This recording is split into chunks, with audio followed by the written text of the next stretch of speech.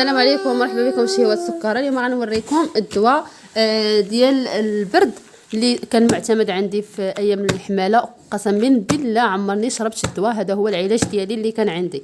كتشدوا كميه ديال الشريحه كتكون اكثر من الثومه الا كنتو غديروه لدري صغير. اما الا كنتو غديروه للكبار كنفضل انكم تغلبوا الثومه على الشريحه او ديروا نفس الكميه. انا كنت كندير تقريبا نفس الكميه.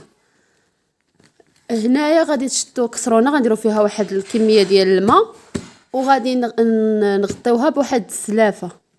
غنديروها فوق النار. في الاول كنجهدوا البوطه حتى تغلى لينا.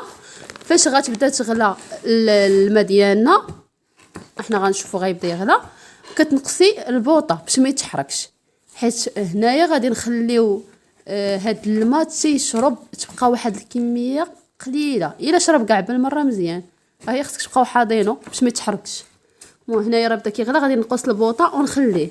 بالنسبه اللي عنده حلقو كي مجروح ليه، من مورا هاد الوصفه يشرب معلقه ديال زيت العود، وفي الصباح عاود يشرب معلقه ديال زيت العود كترطب الحرق. ها هي صافي فاش شربات لينا غادي نشدها. غادي نطحنها في مولينيكس مع زيت العود. غدير واحد الكميه تاع زيت العود، ماشي كميه كثيره، كميه قليله. بالنسبه لهاد الوصفه راه كتحتفظوا بها في الثلاجه. انا كنفضل ندير ديال يومين 3 ايام كنعاود نصاوبها.